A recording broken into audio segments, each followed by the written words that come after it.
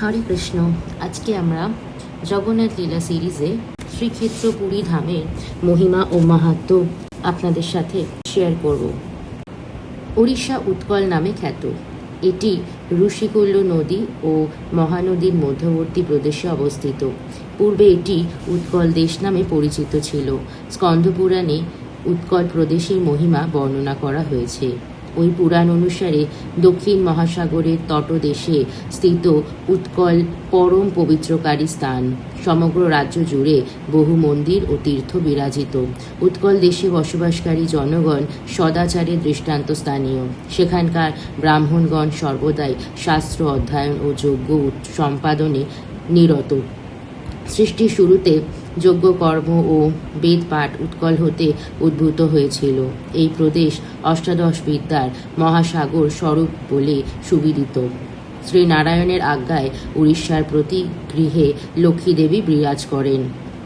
এই রাজ্যে জনগণ অত্যন্ত বিনীত এবং স্বভাবগতভাবেই লজ্জানম্র। তারা রোগ ব্যাধি ও মনোবিকার থেকে মুক্ত।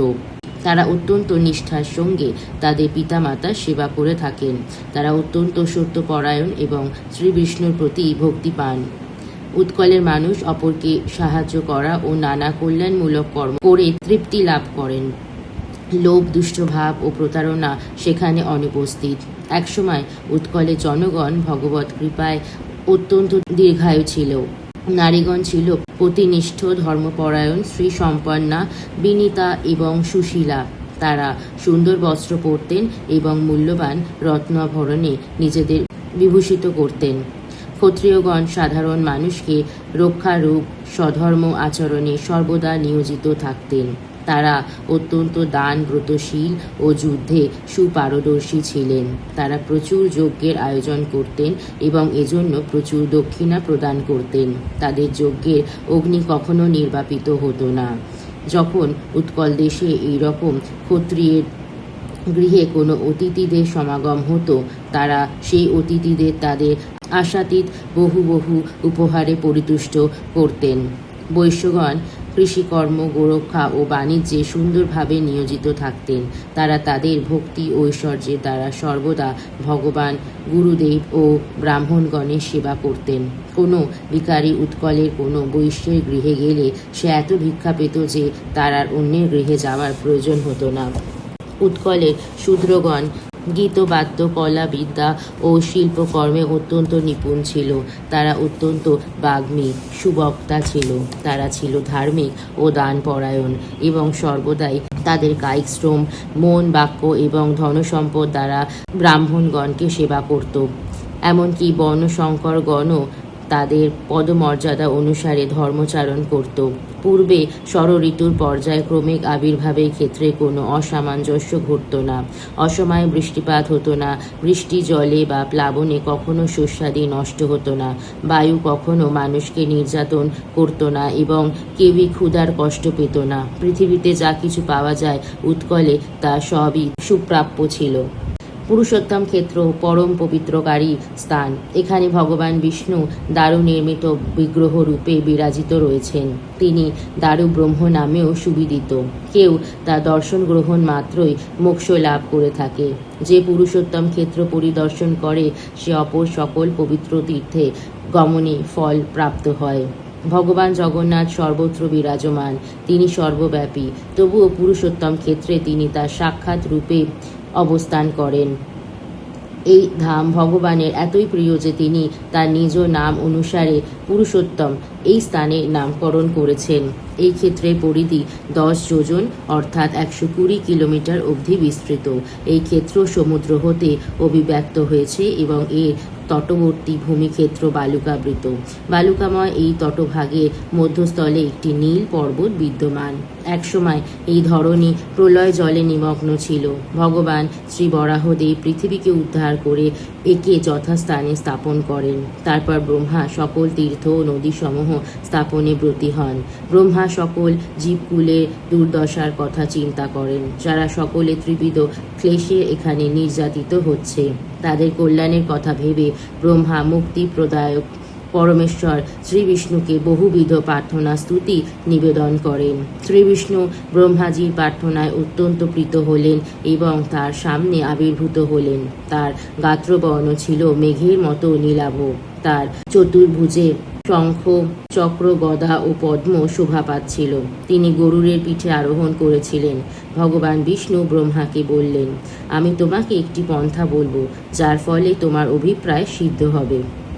মহাসাগরের উত্তর ভাগে এবং মহানদী নামক নদীর দক্ষিণ ভাগে অবস্থিত একটি স্থান রয়েছে, যার নাম উৎকল দেশ। এই স্থান অত্যন্ত রহস্যময় এবং সাধারণ মানুষের অগোচর। এই স্থানে আমি আমার বিশেষ রূপে খর ও অক্ষরের অতীত পুরুষোত্তম রূপে অবস্থান করি। সৃষ্টি ও প্রলয়ের দ্বারা উৎকল কখনো প্রভাবিত হয় না। সেখানে নীলগিরি নামক পর্বতের শিখর দেশে একটি কল্পবট বিদ্যমান। এই মহীরুহের পশ্চিম দিকে রোহিণী কুণ্ড নামে একটি সরোবর আছে। ওই সরোবরের তটদেশে আমি পুরুষোত্তম রূপে অবস্থান করছি। যে আমার দর্শন করবে সে মুক্তি লাভ করবে, এতে কোনো সংশয় নেই। হে ব্রহ্মা, তুমি সেখানে গিয়ে আমার ধ্যান করো।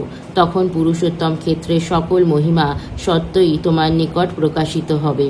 ওই স্থান বেদগোপ্য। আমার মায়াশক্তি প্রভাবে কেউই এই ধাম সম্বন্ধে অবগত নয়। এখন আমার কৃপায় এই ধাম সকলের কাছে প্রকাশিত হবে।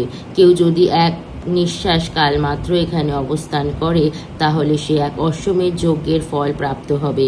এইভাবে ব্রহ্মাকে উপদেশ প্রদান করে ভগবান শ্রীবিষ্ণু অন্তর্হিত হলেন। শ্রীবিষ্ণুর আজ্ঞানুসারে ব্রহ্মা নীলাচল ধামে গমন করে ধ্যান করতে শুরু করলেন। পিতৃলোক হতে যমরাজ নীলাচলে আগমন করলেন। যমরাজ এই ভেবে উদ্বিগ্ন হলেন যে ভগবান যদি এইভাবে প্রত্যেককে তার দর্শন প্রদান করেন, তাহলে তিনি তার পদ, তার সেবা দায়িত্ব হারাবেন। সকল পতিত জীবকে মুক্তি লাভ করবে, ফলে যমরাজের পদের অস্তিত্ব বিপন্ন হবে। এই উৎকণ্ঠায় তিনি নীলাচল ক্ষেত্রে এসে ভগবান শ্রীনারায়ণের স্তুতি করতে লাগলেন।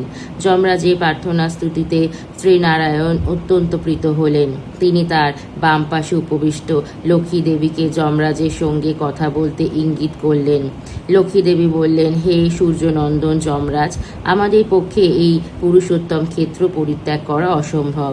এই ক্ষেত্রে কাউকেই তাদের কর্মফল ভোগ করতে হয় না। যারা এখানে বাস করে, এমনকি এখানকার সকল পশু পাখিরাও তাদের সকল পাপ কর্ম ফল হতে বিমুক্ত হয়। যে এখানে বিরাজিত ভগবান শ্রীনারায়ণকে দর্শন করে, সে সকল কর্মফল হতে মুক্ত হয়। অন্য সকল স্থানে তোমার প্রভাব থাকবে, কিন্তু এই স্থানে নয়। এই স্থান ব্যতি রেখে অন্য যে কোনো স্থানে তুমি তোমার কর্তব্য করতে পারো। তোমার পিতামহ ব্রহ্মা এই স্থানের মহিমা অবগত হয়ে ভগবান শ্রী গদাধরকে এই প্রার্থনা স্তুতি নিবেদন করেছেন। যমরাজ বিনীতভাবে উত্তর দিলেন, হে লক্ষ্মী দেবী, আপনি যা কিছু বলেছেন তা সত্য বলে স্বীকার করছি। ভগবানের অভিপ্রায় চূড়ান্ত।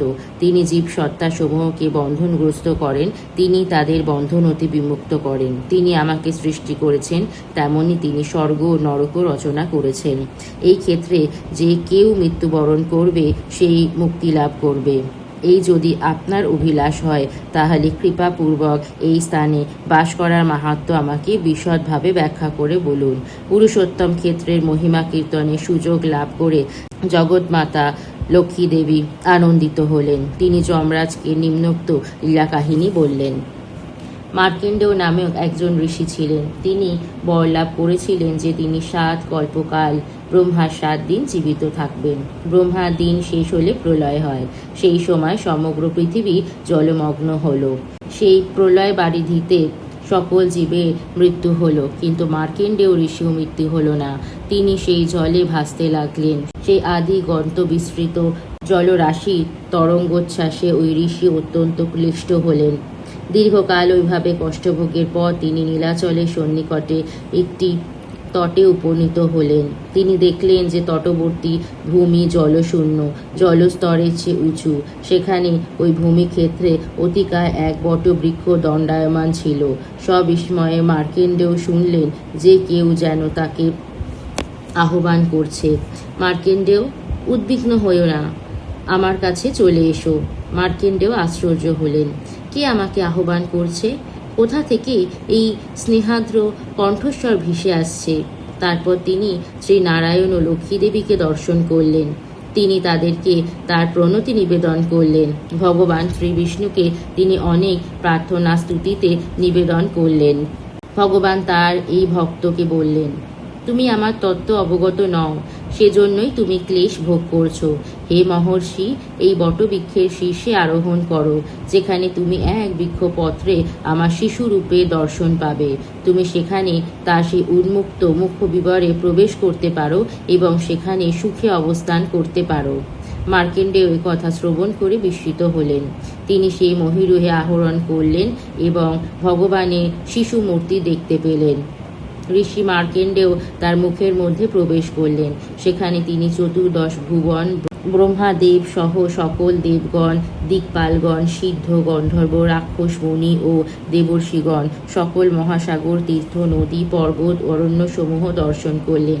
তিনি সহস্র মস্তক শেষ নাগকে দর্শন করলেন। ব্রহ্মা যা কিছু সৃষ্টি করেছেন সব কিছুকে সেই ভগবানের শিশুরূপের উদরে দর্শন করলেন। পরিশেষে ঋষি শিশুরূপ ভগবানের মুখবিবর দিয়ে বহির্গত হলেন এবং পুনরায় শ্রীনারায়ণ ও লক্ষ্মী দেবীকে দর্শন করলেন। মার্কেন্ডেয় ঋষিকে দর্শন করে শ্রী বিষ্ণু বললেন, মার্কেন্ডেয়, তুমি নিঃসংশয়ে জানবে যে এই পরমাদ্ভুত স্থান হচ্ছে আমার নিত্যধাম। এখানে কোনো রূপ সৃষ্টি বা প্রলয় সংঘটিত হয় না। এখানে কোনো জড়বন্ধন নেই। আমি এখানে বিদ্যমান আছি। এটি জেনে যেই আমার এই ধামে প্রবেশ করে তার আর এই জড়জগতে জন্মগ্রহণ করতে হয় না। হে প্রভু, ঋষি তার মস্তক অবনত করে বললেন, আমি এখানে অবস্থান করতে ইচ্ছা করি। অনুগ্রহ করে আমাকে আপনার কৃপাশীষ প্রদান করুন, যেন আমি আপনার এই ধামে বাস করতে পারি। ভগবান উত্তরে বললেন, আমি এখানে এই প্রলয়কাল পর্যন্ত অবস্থান করব। তারপর আমি তোমার জন্য একটি সুন্দর স্থান সৃষ্টি করব, যেখানে তুমি সুখে অবস্থান করতে পারবে এবং আমার দ্বিতীয় রূপ মাধবের পূজা করতে পারবে। এইভাবে আমার কৃপায় তুমি মৃত্যুকে জয় করতে পারবে। এই বর লাভ করে মার্কেন্ডেয় শ্রী শিবকে পরিতুষ্ট করার জন্য তপস্যা করেছিলেন এবং এই জন্য শিব এখানে মার্কেন্ডেশ্বর নামে বিদিত আছেন। এক সময় কুরুক্ষেত্রে পুণ্ডরিক নামক একজন ব্রাহ্মণ এবং অম্বরীশ নামক একজন ক্ষত্রিয় বাস করত। তারা পরস্পর ঘনিষ্ঠ বন্ধু ছিল। তারা সদ্বংশে জন্মগ্রহণ করা সত্ত্বেও তারা তাদের সকল সদ্গুণাবলী বিসর্জন দিয়ে নানা রকম পাপ কর্মে আসক্ত হয়ে পড়েছিল। তারা কখনো তাদের নিজ নিজ বর্ণচিত নিত্যকাম ব্রতাদি করত না। তারা সুরা পান করত এবং বার বনিতাদের সঙ্গ করত। দেহান্তে তারা কি গতি লাভ করবে তা নিয়ে তাদের কোনো উদ্বেগ ছিল না। পুণ্ডরিক ও অম্বরীশ উভয়ে একবার অর্থ উপার্জনের উদ্দেশ্যে অন্য দেশে যেতে মনস্থ করল। ইতস্তত পরিভ্রমণ করতে করতে তারা এমন একটি স্থানে পৌঁছল যেখানে সাধু ঋষিগণ যজ্ঞানুষ্ঠান করছিলেন। বহু দূর থেকে তারা শাস্ত্রপাঠের ধ্বনি শুনতে পাচ্ছিল। এই সব পবিত্র পারমার্থিক কার্যকলাপ দর্শন করে তাদের মনে পরিবর্তন এলো। তারা আধ্যাত্মিক জীবনের প্রতি আকৃষ্ট হলো। আমরা কতই না পাপকর্ম করেছি, সেই বন্ধুদ্বয় অনুশোচনা করতে লাগলো। কিভাবে আমরা পাপমুক্ত হব, কেমন করে আমাদের পাপ মোচন হবে। আমরা যেসব জঘন্য পাপ করেছি শাস্ত্রে তার বর্ণনা মেলা ভার। সেই সব পাপ কর্মে প্রতিক্রিয়া হতে মুক্ত হওয়ার জন্য শাস্ত্রের উপদেশ কি? এসো আমরা যজ্ঞার্থে সমবেত এই সব সাধুগণের নিকট এ কথা জিজ্ঞাসা করি। নিশ্চিতভাবেই তারা আমাদের উদ্ধার লাভের কিছু উপায় বলতে পারবে। অত্যন্ত বিনম্র চিত্তে সাধুগণের নিকট উপনীত হয়ে পুণ্ডরিক ও অম্বরীশ তাদের কাছে সবিস্তারে তাদের পাপ কর্মের বর্ণনা দিল। তারপর সাধুগণের কাছে জানতে চাইল যে কিভাবে তারা যমদণ্ড হতে অব্যাহতি পেতে পারে।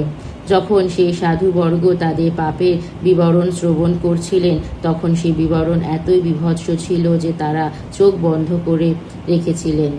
তাদের কেউ এসব অতি গর্হিত পাপ কর্মে উপযুক্ত প্রায়শ্চিত্তের বিধান দিতে পারলেন না। সেখানে একজন মহাবৈষ্ণব ছিলেন, যিনি ছিলেন ওই সাধুগণের মধ্যে প্রধান। তিনি ওই বন্ধুদ্বয়কে কিছু কথা বললেন, যা তাদের অন্তরে আশার সঞ্চার করল। তিনি বললেন, হে ব্রাহ্মণ পুত্র ও ক্ষত্রিয় পুত্র, তোমরা যদি এইসব ঘৃণ্য পাপ কর্মফল থেকে মুক্ত হতে চাও, তাহলে অবিলম্বে পুরুষোত্তম ক্ষেত্রে গমন করো। এই স্থান সকল তীর্থের মধ্যে শ্রেষ্ঠতম।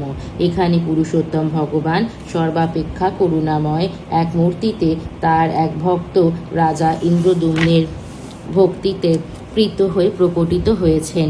এই বিগ্রহ শ্রী জগন্নাথের পূজা আরাধনা করার ফলে কেবল তোমাদের সর্বপাপ মোচনই হবে না, তোমরা জড়বন্ধন হতেও মুক্ত হবে।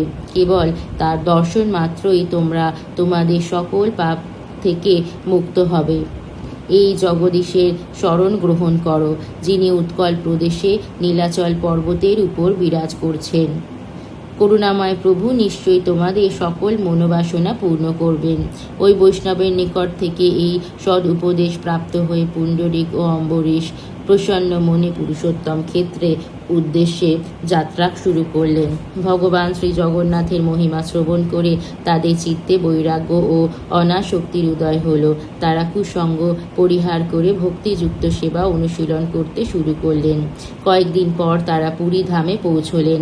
তারা মহোদধি সমুদ্রে স্নান করে মন্দিরের দিকে অগ্রসর হলেন। মন্দিরের প্রবেশদ্বারে উপনীত হয়ে তারা সাষ্টাঙ্গ প্রণাম নিবেদন করলেন, কিন্তু সেই সময় তারা শ্রী জগন্নাথ ও অন্যান্য বিগ্রহ সমূহে দর্শন পেলেন না। উৎকণ্ঠায় তাদের হৃদকম্প হতে শুরু করল। তখন পুণ্ডরিক ও অম্বরীশ ভগবানের দর্শন না পাওয়া পর্যন্ত উপবাস করার সংকল্প করলেন। তারা নিরন্তর প্রভুর দিব্য নাম গ্রহণ করতে লাগলেন। তৃতীয় রাত্রে তারা মন্দিরের অভ্যন্তর থেকে জ্যোতিপ্রভা নির্গত হতে দেখলেন।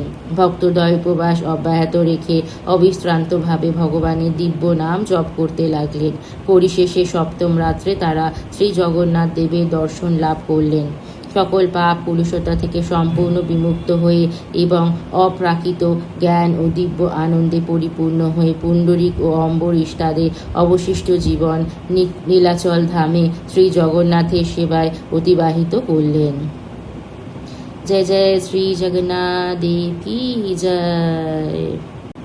অংশটি ভালো লাগলে চ্যানেলটি সাবস্ক্রাইব করবেন আর অন্যদের সাথে অবশ্যই শেয়ার করবেন আর কমেন্টে লিখবেন জয় জগন্নাথ, হরে কৃষ্ণা, হরি বল। ধন্যবাদ।